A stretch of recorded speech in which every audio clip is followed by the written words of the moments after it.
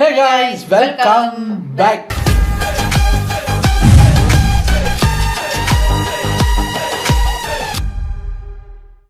Sunday காலையிலேயே நம்ம என்ன வீடியோ பார்க்க போகிறோம் அப்படின்னா நம்ம டிலைட் சினிமாஸ் அந்த சேனல்ல இருந்து ஒரு வீடியோ. என்ன சொல்கிறீங்க அப்படியா அப்படின்னு இப்போ பார்க்க வந்திருக்கேன். என்ன அப்படின்னா is Vijay Sidhu's டயங்கரம் in trouble. ஏன்னா விஜய் சித்துவோட ஃபோட்டோவை போட்டு டயங்கரம் போட்டு ட்ராப்ட் டயங்கரம் நிப்பாட்டிட்டாங்களா? ஏங்க எல்லாம் முடிஞ்சு போச்சு, நல்ல ப்ரொடியூசரு, படம் நல்லா வருது, சூப்பராக வருது, நிறைய பேர் எதிர்பார்த்துக்கிட்டு இருக்காங்க அப்படி இப்படின்னு சொன்னாங்க. இப்போ என்ன பிரச்சனை அப்படின்னு பார்க்கலாம்னு வந்திருக்கேன். ஸோ என்ன ஏதுங்கிறத உள்ளே போய் பார்க்கலாம். டயங்கரமுக்கு என்ன பிரச்சனை? சும்மா வதந்தியோட தெரியலன்னா தெரியல, இவர் எடுத்து பேசுகிற அளவுக்கு ஏதோ இருக்குல்ல உள்ள என்னன்னு பார்ப்போம். இது ஒரு 8 minutes வீடியோ வருதுனால டக்குன்னு பார்த்துட்டு உடனே போயிடலாம். ரெடி.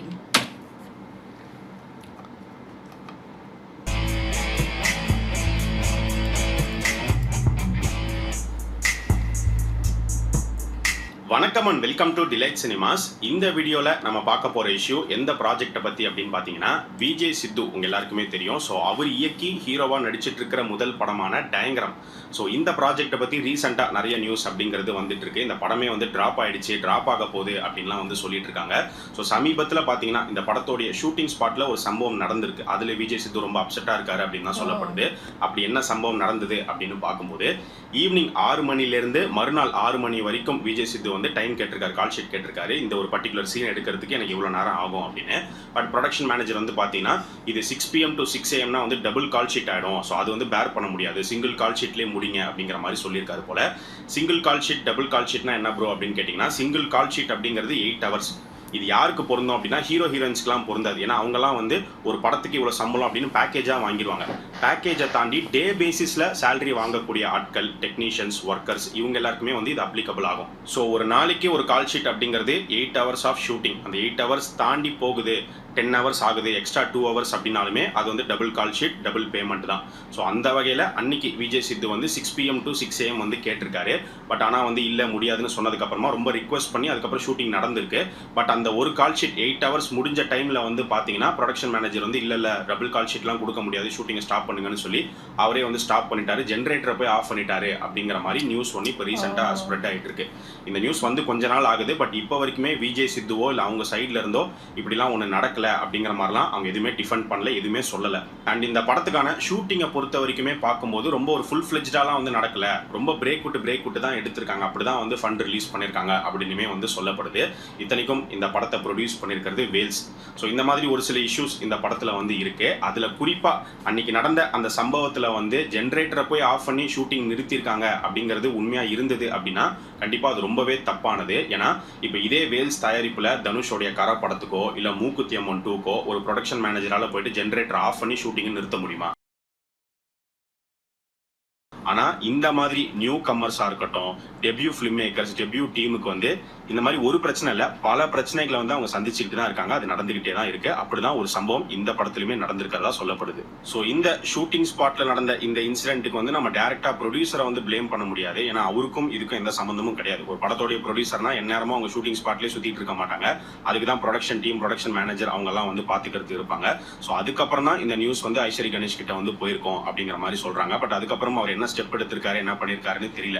நான் இப்போ வரைக்குமே ஷூட்டிங் வந்து பாஸ் பண்ணி தான் இருக்கு. அடுத்த கட்ட ஷூட்டிங் அப்படிங்கிறது ஆரம்பிக்கல. இந்த டயங்கரம் படத்தோடைய ஷூட்டிங்கை பொறுத்த வரைக்கும் ஆல்மோஸ்ட் படம் வந்து முடிஞ்சிருச்சு. இன்னும் கொஞ்ச நாள் தான் ஷூட்டிங் பேலன்ஸ் இருக்குன்னு நினைக்கிறேன். ஏன்னா ஒரு மேடையிலேயே விஜய் சித்து என்ன சொல்லியிருந்தாருன்னா இன்னும் ஒரு 10 நாள் தான் வந்து ஷூட்டிங் இருக்கு அப்படிங்கிற மாதிரி சொல்லியிருந்தாரு. அண்ட் ஏற்கனவே வந்து பிஜிஎம் ஒர்க்லாம் வந்து போயிட்டு தான் இருக்கு. ஸோ சீக்கிரம் ஷூட்டிங் முடிச்சிட்டாங்க அப்படின்னா அடுத்த போஸ்ட் ப்ரொடக்ஷன் ஒர்க்குமே வந்து ஃபாஸ்டா ஸ்டார்ட் பண்ணிடுவாங்க. படம் வந்து ஜூலைல வந்துரும் அப்படிங்கிற மாதிரி ஒரு நியூஸ் இருந்தது. பட் இப்போ ரீசெண்டா இப்படி ஒரு சம்பவம் நடந்திருக்கு அப்படிங்கிறதுனால ஜூலைல வருமாங்கிறது இப்போதைக்கு நம்மளால கிளியரா வந்து சொல்லிட முடியாது. அதே சமயம் இந்த இன்சிடென்ட் வந்து பாத்தீங்கன்னா நிறைய பேர் வந்து பெருசுபடுத்தியுமே பேசிக்கிட்டு தான் இருக்காங்க. விஜய் சித்து வந்து டயங்கரம்லாம் மாட்டிக்கிட்டாரு, அவரால் வந்து வெளியில வர முடியாது, இந்த படம் வந்து அவ்வளவுதான் நின்றுச்சு, இதுக்கப்புறம் கண்டினியூ ஆகாது, அடுத்து என்ன பண்ண போறாங்கன்னே வந்து தெரியல, விளாக்ஸும் அவரால் வந்து போட முடியறது இல்லை. ஆக்சுவலா விளாக்ஸ் வந்துட்டு தான் இருக்கு. ஸோ இந்த மாதிரி ரொம்ப பெருசுபடுத்தியுமே சொல்லிட்டு இருக்காங்க. ஆக்சுவலா அதெல்லாம் அவங்களோட அந்த மனசு ஆசைகளை தெரிவிச்சுக்கிறாங்க. விளாகும் ஒரு பக்கம் வர மாட்டேங்குது, படமும் நின்று போச்சு. அப்பாடா கொஞ்சம் வளர்ந்தா பிடிக்கதான் மாட்டேங்குது இல்லை ஏங்க? அது எப்படி இருக்குன்னு ஃபீல் பண்ணி பாருங்க. இதுக்கு முன்னாடியும் ஒரு படம் பண்றதாகி அப்புறம் ட்ராப் ஆகி இப்போ விஜய் சித்துங்கிற ஒரு பிராண்டு யூடியூப்ல பெருசாகி அதுக்கப்புறம் ஒரு பெரிய ப்ரொடியூசர் கிடைச்சி அதுவும் ட்ராப் ஆச்சுன்னா எப்படி இருக்கும்? அதுவும் ஷூட்டிங் இவ்வளோ தூரம் வந்ததுக்கு அப்புறம் ஏங்க இப்போ இதுவே அவர் சொன்ன மாதிரி இப்போ சுந்தர் சியோ இல்லை தனுஷோட படத்துலையோ இப்போ மற்றவங்கலாம் இப்போ டபுள் கால் ஷீட் கேட்டால் டக்குன்னு ட்ரிபிள் கால் ஷீட் கூட எடுத்துக்கோங்க சார், நோ ப்ராப்ளம், டக்குன்னு கொடுத்துறாங்க. ஏன்னா அவங்க ஆல்ரெடி ப்ரூவ் பண்ணிட்டாங்க. இவங்களை நீங்கள் விட்டா தானேங்க அவங்க வேர்த்தா இல்லையான்னு தெரியும். படம் ரிலீஸ் ஆகணும்ல அதுக்கு. இப்போ ஒரு டயங்கரம் ஒழுங்காக போகலை, 2வது படமும் அந்த கம்பெனிக்கு பண்ணுறாருன்னு அப்போ நீங்கள் வந்து டபுள் கால் ஷீட்லாம் கொடுக்க முடியாது சார். நீங்கள் எடுத்த படமே கொஞ்சம் ஒரு மாதிரி ஆயிடுச்சு, கொஞ்சம் சிங்கிள் கால் ஷீட்லேயே முடிக்க பாருங்கள் அப்படின்னு நீங்கள் ஒரு ப்ரெஷர் போட்டால் நியாயம் இருக்குது. பழைய வாங்கின அடியில் இப்போ கொஞ்சம் உஷாராக இருக்காங்கன்னு சொல்லலாம். நீங்கள் என்ன அடியே வாங்கலையே, நல்ல ஹைப்பாக நல்ல டிமாண்டில் தானே இருக்குது, மக்கள்லாம் எதிர்பார்த்துட்டு தானே இருக்காங்க டயங்கரம் எப்போ வரும்னு. ஸோ டிமாண்டில் இருக்கிற படத்துக்கே இந்த நிலைமை கேட்டால் புதுசு மாதிரி ஒரு இஷ்யூ நடந்திருக்கு. இதெல்லாம் வந்து பார்த்தீங்கன்னா நிறைய படங்களில் ஒவ்வொரு படத்துலையும் ஒவ்வொரு பிரச்சனை வரும், இஷ்யூ வந்துட்டு தான் இருக்கும். அந்த மாதிரி இந்த படத்தில் ஒரு இஷ்யூ வந்திருக்கு. இது வந்து சால்வ் பண்ணிடுவாங்க. ஸோ சால்வே பண்ண முடியாது அப்படிங்கிற மாதிரியான இஷ்யூலாம் கிடையாது. ஸோ எல்லாம் கரெக்டாக முடிஞ்சு சீக்கிரமே படம் வந்துடும். ஸோ ஒரு பெரிய ப்ரொடக்ஷன் கம்பெனி வேல்ஸ் தயாரிச்சிருக்காங்க அப்படிங்கிறதுனால அவங்க அப்படியெல்லாம் வந்து விட்டுற மாட்டாங்க. கண்டிப்பாக வந்து எல்லாத்தையும் கரெக்டாக பண்ணி முடிப்பாங்க. ஆனால் வேல்ஸ் கிட்ட இருக்கிற ஒரு பிரச்சனை என்ன அப்படின்னு பார்த்தீங்கன்னா, படத்தெல்லாம் எடுத்து முடிச்சிருவாங்க. ஆனால் ரிலீஸை பொறுத்த வரைக்கும் நிறைய படங்கள் வந்து டிலேவாக தான் ரிலீஸ் ஆயிருக்கு. அது என்ன காரணம் அப்படிங்கிறது எக்ஸாக்டாக தெரியல. எக்ஸாம்பிளுக்கு சொல்லணும் அப்படின்னா, சுமோங்கிற ஒரு படமாக இருக்கட்டும், அதெல்லாம் ரொம்ப டிலேக்கு அப்புறம் ரிலீஸ் பண்ணி விட்டாங்க. அதுக்கப்புறம் ஆர்ஜே பாலாஜியோடைய சிங்கப்பூர் சலூன், ஜோஷ்வா இமை போல் காக்க, இப்போ ரவி மோகனை வச்சு ஜீனிங்கிற ஒரு படம் எடுத்து முடிச்சிட்டாங்க. அந்த படமும் வந்து ரிலீஸ் சொல்லாமல் அப்படியே கிடப்பில் போட்ட மாதிரியே இருக்குது. ஸோ இந்த மாதிரி வந்து நிறைய படங்கள் வந்து ரொம்ப டிலேவாக டக்குன்னு ரிலீஸ் பண்ணி விட்ருவாங்க. ஸோ அதுக்கு வந்து ஃபண்ட் இஷ்யூஸ் ஒரு பெரிய காரணமாக இருக்கா, இல்லை அதை தாண்டி வேறு ஏதாவது ரீசன்ஸ் இருக்கா அப்படிங்கிறது தெரியல. ஸோ அந்த மாதிரி எதுவும் நடக்காமல் இருக்கணும். ஏன்னா இப்போ கடைசியாக வேல்ஸ் தயாரித்து ரிலீஸ் ஆன படங்கள் எதுவுமே அவங்களுக்கு வந்து ஒரு ப்ராஃபிட்டபிள் ஃபிலிம்ஸாக அமையல, சக்ஸஸ்ஃபுல்லாக வந்து அமையல. அதுவும் ஒரு காரணமாக இருந்திருக்கலாம். டயங்கரமுடைய ஷூட்டிங் ஃபுல் ஃப்ளெக்ஸ்டாக நடக்காமல் கொஞ்சம் கேப் விட்டு நடந்ததுக்கு. அண்ட் டயங்கரம் மட்டும் இல்லாமல் பேரலாக வந்து பார்த்தீங்கன்னா மூக்குத்தி அம்மன் 2, கரை எடுத்துகிட்டு இருந்தாங்க, ஜீனி, இது எல்லாமே பெரிய பட்ஜெட் படங்கள். ஸோ டயங்கரம் சின்ன பட்ஜெட்டாக இருந்தாலும் இந்த பெரிய பட்ஜெட் படங்களால் இந்த படத்துக்கு ஒரு பாதிப்பு கூட ஏற்பட்டிருக்கலாம். ஸோ இந்த டயங்கரம் வந்து ஒரு காலேஜ் ஃபன் என்டர்டெய்னர் ஃபிலிமாக வந்து இருக்க போது. ஸோ இந்த படத்தில் பார்த்தீங்கன்னா டான்ஸு, ஃபைட்டு எல்லாமே வந்து இருக்குது. நமிதா கூட இந்த படத்தில் வந்து ஒரு கேமியோ மாதிரி ப்ளே பண்ணியிருக்காங்க அப்படிங்கிறத அவரே வந்து சொல்லியிருந்தாரு. ஸோ ஆக்சுவலாக விஜய் சித்துக்கு இது வந்து 2வது அட்டெம்ப்ட். ஆக்சுவலாக ஃபஸ்ட்டே வந்து பார்த்தீங்கன்னா கொஞ்சம் வருஷங்களுக்கு முன்னாடியே வந்து ஒரு ஸ்கிரிப்டை ரெடி பண்ணி, அந்த ஸ்கிரிப்ட் தான் இப்போ டயங்கரம்னு நினைக்கிறேன். ஸோ ஒரு ஸ்கிரிப்டை ரெடி பண்ணி ஒர்க் பண்ணி ப்ரொடியூசரை பிடிச்சி ஷூட்டிங் போயிட்டார். ஒரு 2 வாரம் ஷூட் பண்ணியிருக்காரு. அதுக்கப்புறமா அந்த ப்ரொடியூசர் வந்து பார்த்தீங்கன்னா அவ்வளோதான், ஃபண்டு கொடுக்கல, ரெஸ்பான்ஸ் இல்லை, எதுவுமே இல்லை அப்படிங்கிறதுனால அந்த ப்ராஜெக்ட் அப்படியே வந்து ட்ராப் ஆகிடுச்சு. அதுக்கப்புறமா தான் அவர் வந்து விஜய் சித்து விளாக்ஸ் அப்படிங்கிறத ஆரம்பித்து மறுபடியும் வந்து இது வேலைக்கு ஆகலை, நம்ம திரும்ப வந்து யூடியூப்ல ஏதாவது பண்ணுவோம் அப்படின்னு சொல்லி விளாக்ஸ் ஆரம்பித்து அது பெரிய லெவலில் ஹிட் ஆயிருக்கு. இப்போ அவருக்குன்னு ஒரு ஃபேன் பேஸ் இருக்குது, ஒரு சப்ஸ்கிரைபர் கவுண்ட் இருக்குது. ஸோ அதுக்கப்புறம் தான் இப்போ வேல்ஸ் வந்து கூப்பிட்டு இந்த ஒரு பெரிய ஆப்பர்ச்சுனிட்டியை வந்து இவங்களுக்கு கொடுத்துருக்காங்க.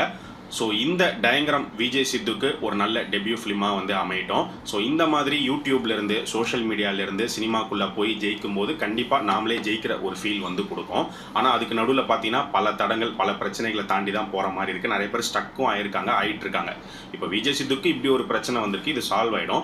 இதுக்கு முன்னாடி பார்த்தீங்கன்னா பரிதாபங்கள், அவங்க வந்து க்ரௌட் ஃபண்டிங்கில் ஒரு படத்தை வந்து ஆரம்பித்தாங்க. பட் அதில் ஒரு பெரிய பிரச்சனை ஆகிடுச்சு, அவங்க வந்து ஏமாந்துட்டாங்க. ஸோ அதுக்கப்புறமா வந்து ப்ரொடக்ஷன் 2 அப்படின்னு சொல்லி ஸ்டார்ட் பண்ணி அது ஒரு பக்கம் வந்து ஸ்லோவாக போயிட்டு இருக்கு. அது எப்போ வரப்போகுது அப்படிங்கிறது கிளியரா தெரியல. ஸோ தமிழ் சினிமா வந்து சோஷியல் மீடியா மூலிமா பிரபலமாக இருக்கிற தெரியப்படுற ப்ராப்பர் டேலண்ட்ஸ் எல்லாரையும் சொல்ல வரல, டேலண்டடாக இருக்கிறவங்கள செலக்ட் பண்ணி அவங்களுக்கு இன்னும் அதிக வாய்ப்புகளை கொடுத்து அடுத்த கட்டத்துக்கு கொண்டு போனாங்கன்னா ரொம்பவே நல்லாயிருக்கும். எக்ஸாம்பிள் சொல்லணும் அப்படின்னா, இப்போ மலையாளம் இண்டஸ்ட்ரியில் பார்த்தீங்கன்னா ரீசெண்டாக வாழை 2ன்னு ஒரு படம் வந்துச்சு, எல்லாரும் பார்த்துருப்பீங்கன்னு நினைக்கிறேன்.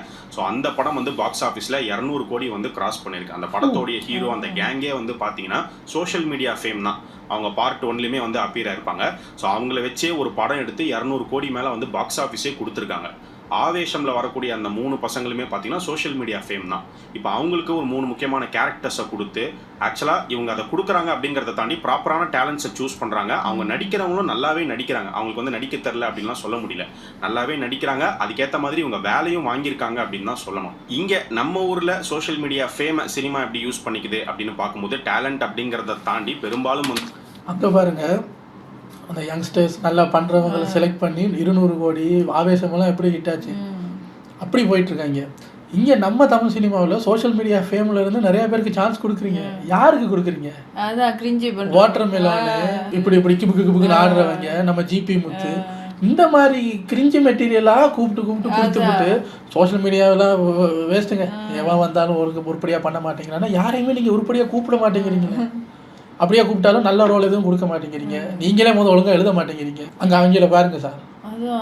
இன்னைக்கு தான் எனக்கு தெரியும் ஆவேசம்ல நடித்தவங்க இந்த வாழை 2 எல்லாம் வந்து சோஷியல் மீடியா பீப்புள். இப்போ தான் எனக்கே தெரியுது. நல்லா நடிச்சிருந்தாங்கன்னா நம்ம எல்லாத்தையும் உல்டாவாக பண்ணிக்கிட்டு இருக்கோம். நல்ல டேலண்ட்டுக்கு கூட இங்கே ஒரு சான்ஸ் கிடைக்கல. ஆனால் வாட்டர் மிலன் என்ன சொல்லிட்டு சுற்றுறேன், நான் 5 படம் பண்ணிட்டேங்கிறேன். அப்புறம் எப்படி வந்து பார்த்தீங்கன்னா ஓகே இவங்களுக்கு ஒரு நல்ல ஃபேம் இருக்குது, நல்ல ஆடியன்ஸ் இருக்குது, சப்ஸ்கிரைபர்ஸ் இருக்காங்க, இப்போ ட்ரெண்டில் இவங்க இருக்காங்க, இவங்கள நம்ம படத்தில் யூஸ் பண்ணிப்போம் அப்படின்னு ஒரு சீனுக்கு ஒரு ஒன் சீன் ஆக்டர்ஸ் மாதிரி தான் யூஸ் பண்ணிக்கிட்டே வராங்க. பட் அதை தாண்டி இன்னொரு பக்கம் பார்த்தோம் அப்படின்னா இப்போ விஜய் சித்து வந்து டைரக்ட் பண்ணுறாரு, பிராங்க்ஸ்டர் ராகுலுமே வந்து டைரக்ட் பண்ணுறாரு, அண்ட் அதே மாதிரி பரிதாபங்கள் டிராவிட் வந்து சூர்யா 47ல் ஒர்க் பண்ணுறாரு. இந்த மாதிரி ஒரு பாசிட்டிவான மாற்றமும் வந்து இருக்குது. இது வந்து இன்னுமே பெருசாகணும் அப்படின்னு தான் நம்மளுமே ஆசைப்படுறது. ஸோ போலியான நடிப்பு அரக்கர்களுக்கு பதிலாக உண்மையாகவே வந்து பேஷனேட்டோட டேலண்டடாக இருக்கிறவங்கள செலக்ட் பண்ணி அவங்களுக்கு ஒரு சின்ன வாய்ப்பு கிடைச்சாலுமே அது ஒரு பெரிய விஷயமா வந்து இருக்கும். ஸோ நீங்கள் இந்த கான்ட்ரவர்சி இந்த இஷ்யூ பற்றி என்ன நினைக்கிறீங்க, உங்களுடைய கருத்து என்ன அப்படிங்கிறத மறக்காமல் இந்த வீடியோவுடைய கமெண்ட் செக்ஷனில் சொல்லுங்கள். ஆக்சுவலி எக்ஸாக்ட்லி அங்கே என்ன நடந்துச்சுன்னு தெரியாது. கேட்குறேன் நியூஸை இதான் உண்மையான நியூஸ் அப்படின்னா தப்பு. ஏன்னா இப்போ நீங்கள் டபுள் கால் ஷீட் அப்படி ஓகே சொல்லி டபுள் கால் ஷீட்டுக்கு போயிட்டீங்க அப்படின்னா அந்த செகண்ட் கால் ஷீட்டையும் ஃபுல்லாக முடிச்சிருக்கணும். அதையும் தாண்டி தேர்ட் கால் ஷீட்டுக்கு போகாது. அப்படி போயிருந்தால் நீங்கள் போய் ஜென்ரேட்டர் ஆஃப் பண்ணால் ஓகே. டபுள் கால் ஷீட்டுக்கு ஒத்துக்கிட்டு இடையில போய் ஜென்ரேட்டர் ஆஃப் பண்ணுறது அதெல்லாம் ஆல்ரெடி பல ப்ரெஷரில் தான் சார். அந்த இன்றைக்கி இந்த சீனை எடுத்து முடிக்கணும், இந்த வேலையை வாங்கி இதை முடிச்சிடணும் அப்படின்னு ஒரு ப்ரெஷர் இருக்கும். அதுக்குள்ளேயும் வந்து ஜெனரேட்டர்லாம் ஆஃப் பண்ணி போதும் போ அப்படின்னு அது தப்பு. பட் எக்ஸாக்ட்லி என்ன நடந்துச்சுன்னு தெரியும். ஆனால் ஜஸ்ட் இமேஜின் சார், இப்போ டிஜிட்டல் சரியா, டிஜிட்டல் வந்துருச்சு. நீங்கள் ஒரு சீனை 1000 தரம் எடுத்து அதை இரேஸ் பண்ணி எடுத்துக்கலாம். அப்போ எல்லாம் வந்து ஃபில்ம் ஒரு தரம் அந்த ஃபில்மில் நீங்கள் ரெக்கார்ட் பண்ணிட்டீங்கன்னா அது வேறு சீன் எடுக்கணும்னா அதை தூக்கி குப்பையில் தான் போடணும். ஆனால் ஒரு ஃபில்ம் நீங்கள் வாங்கணும்னா அப்போ இருக்கிறதுலே எக்ஸ்பென்சிவ் வந்து அந்த ரோல் தான். ப்ரொடியூசருக்கு அதுதான் பெரிய தலைவலி. அப்போ இருந்த ஆக்டர்ஸ் அப்போ இருந்த டேரக்டர்ஸ்லாம் யோசிச்சு பாருங்களேன், ரொம்ப டேக்கெல்லாம் போக முடியாது. செகண்ட் கால் ஷீட்டை விடுங்க, செகண்ட் டேக்கு போனாலே இங்கே வைத்த கலக்கும். இவரெங்க செகண்ட் கால் ஷீட் போகிறது. கமல் சார் ஒரு இதில் சொல்லுவார், அப்போ எல்லாம் ப்ரொடியூசர்ஸுக்கு அவங்க அந்த ஷூட்டிங் ஸ்பாட்டுக்கு வந்தாங்கன்னா அவங்க கேட்குற ஒரே கேள்வி, தூரத்தில் தான் இருப்பாங்களாம், அவங்க கேட்பாங்களா அப்போ அந்த ரோல் ஓடுற சத்தம் கேட்கும்ல, அந்த சத்தம் தான் அவங்களுக்கு வைத்த கலக்குறது. என்ன சார் 1 hour ரோல் ஓடிக்கிட்டே இருக்கு என்ன சார், ஏன்னா ரோல் முடிஞ்சால் அடுத்த பெட்டி உடைக்கணும், புது ரோல், அது அடுத்த காசு. என்ன சார் எடுத்துக்கிட்டே இருக்காங்க என்ன சார் அப்படின்னா அப்போ யோசிச்சு பாருங்க, அப்போ இருந்த டெக்னீஷியன்ஸுக்கு எவ்வளோ ப்ரெஷர் இருந்திருக்காங்க. அந்த இப்போ அப்போ எல்லாம் ஸ்டூடியோக்குள்ளே எடுத்துருவாங்க, அது ஓகே, அந்த சேலஞ்சஸ் எல்லாம் நான் ஒத்துக்கிறேன். பட் இருந்தாலும் அந்த ப்ரெஷரை யோசிச்சு பாருங்களேன். ப்ரொடியூசர் வந்து பின்னாடியே நிற்பார், என்ன முடிக்க மாட்டியா, திருப்பி எடுத்துக்கிட்டு இருக்க. இதில் ஆக்டர்ஸ் ஒழுங்காக நடிக்கலைன்னா அவங்க மேலே கோவப்படுவாங்க. ஒழுங்காக இவர் சில ஏதாவது மிஸ்டேக் வந்தால் அவங்களாம் எவ்வளோ திட்டிருப்பாங்க, ரோல் வேஸ்ட் ஆகுது. அதனால அவங்க இன்னும் நல்லா நடிக்க பழகிருப்பாங்க. அதனால அவங்க அதான் அப்போ அவங்க சிங்கிள் டேக் ஆர்டிஸ்ட். ஒரு 1000 தரம் ட்ரைனிங் போயிட்டு டேக்குக்கு மட்டும் கேமரா எடுத்து வர்றது. இப்போ என்னடான்னா டிஜிட்டல், அந்த ரோல் பிரச்சனையெல்லாம் இல்லை. ஆனால் வச்சு எடுக்கிறாங்க போல இருக்கு. ஆனால் தெரியல, 2 call sheet 3 call sheet producer பக்கத்தில் இருந்து பார்த்தாலும் நீங்கள் பெரிய கம்பெனி இருந்தாலும் சொல்கிறேன், சும்மா சொல்கிறேனே, அங்கே இருக்கிற டெக்னீஷியன்ஸுக்கு 1000 ரூபா வராது, ஒரு 1000 ரூபான்னு வச்சுக்கோ. ஒரு நாளைக்கு 8 ஹவர்ஸுக்கு 1000, 10 பேர் வேலை செஞ்சால் 10,000. ஒரு ஷூட்டிங்கில் எத்தனை பேர் வேலை செய்வாங்க, ஒரு 50,000ன்னு வச்சுக்கோங்களேன். ஒரு 50 பேர், 50 பேருக்கு கூட இருப்பாங்க சார், அவ்வளோ பீப்புள் வேணும். ஒரு நாளைக்கு ஒரு 50,000 பேர், டபுள் கால் ஷீட்னா 1 லட்சம். அங்கே வேலை செய்கிறவங்களுக்கு மட்டும். அதுக்கப்புறம் அங்கே சமைக்கிற சாப்பாடு, குடிக்கிற டீ, அந்த எக்யூப்மெண்ட்ஸ் வாடகை, அது இது, கேரவனுக்கு பெட்ரோலு, அந்த கேரவன் வாடகை, லொசுக்கு, இதில் மழை வந்தா இந்த செலவெல்லாம் தள்ளிட்டு அந்த பேட்டா மட்டும் ஒரு நாளைக்கு 1000 ரூபாய். இதில் டபுள் கால் ஷீட் போனால் டபுள். எப்படி அவங்க பிரச்சனை அவங்களுக்கு. ஆனால் பேசி தீர்க்கலாமே தவிர இந்த ஜென்ரேட்டர் ஆஃப் பண்ணுறது, வயரை பிடுங்கிறது அதெல்லாம் சரியில்லை. அப்புறம் அடுத்த நாள் எல்லாம் பேசி முடிச்சிட்டிங்கன்னா அந்த மூஞ்சை போய் பார்க்கணுமா இல்லையா? படம் வந்து ஹிட் ஆகி வசூல் பண்ணிருச்சுன்னா எல்லாருக்கும் ஜாலி. அதான் யோசிப்பாங்க, இப்படியெல்லாம் படம் எடுத்துட்டு அது சரியாக வசூல் பண்ணாட்டி அவங்களுக்கு கவலையாக இருக்கும். அப்புறம் மக்கள் மேலே ஏறுறது, இவங்களுக்கு படம் பார்க்க தெரியல, அது இது கஷ்டப்படுறீங்க, அதுக்கேற்ற மாதிரி நல்ல படத்தையும் கொடுத்தீங்கன்னா நல்லாயிருக்கும். எனிவேஸ் இதான் பிரச்சனையா? ஓகே, நான் படமே நின்று போச்சுன்னு நினச்சிட்டேன். அது ஒரு 10 நாள் தான் இருக்குன்னு சொல்லி இதெல்லாம் சால்வ் பண்ணிடுறாங்க ஈஸியாக. நைஸ். உங்களை அடுத்த வீடியோவில் வந்து சந்திக்கிறேன். பாய்.